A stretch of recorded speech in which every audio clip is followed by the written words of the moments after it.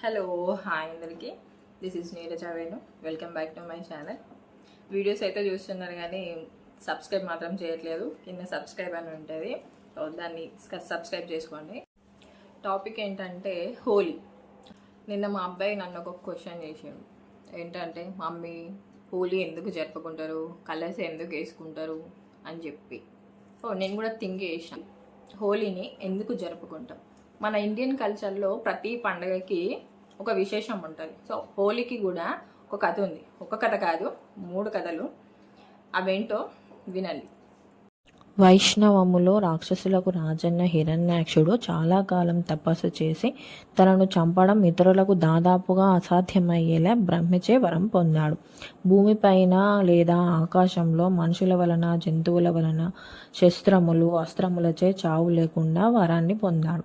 దానితో అతడికి దురహంకారం పెరిగి స్వర్గం, భూమిపై దాడి చేసి ప్రజలు దేవుణ్ణి ఆరాధించడం మాని తనను మాత్రమే పూజించాలని ఆజ్ఞాపించగా, దీనికి విరుద్ధంగా హిరణ్యాక్షుడి సొంత పుత్రుడైన ప్రహ్లాదుడు భగవంతుడైన విష్ణువుకు భక్తుడు. హిరణ్యాక్షుడు పలుమార్లు బెదిరించిన ఆకలితో ఉన్న విషసర్పాలున్న గదిలో ఉంచినప్పటికీ జీవించగలిగాడు. హిరణ్యాక్షుడు చేసిన ఫలితాలన్నీ విఫలమయ్యాయి. చివరగా ప్రహ్లాదుడిని హిరణ్యాక్షుడి సోదరి అయిన హోలిక ఒడిలో చితిలో కూర్చోవాలని ఆజ్ఞాపించాడు. ఎందుకంటే మంటల నుండి రక్షించే శాలువాను ఆమె ధరించడం వలన ఆమెకి ఎలాంటి హాని జరగదు.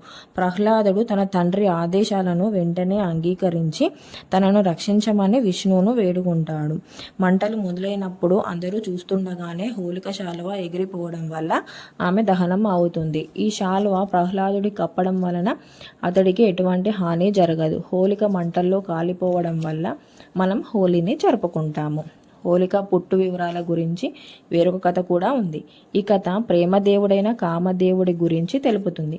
పార్వతీదేవి శివుణ్ణి పెళ్లి చేసుకోవడానికి సహాయంగా శివుని తపస్సు భంగపరచడానికి అతనిపై పూలబాణం వదిలిన కామదేవుని శరీరాన్ని శివుడు తన తినేతంతో కామదేవుని శరీరాన్ని బూడిద చేశాడు.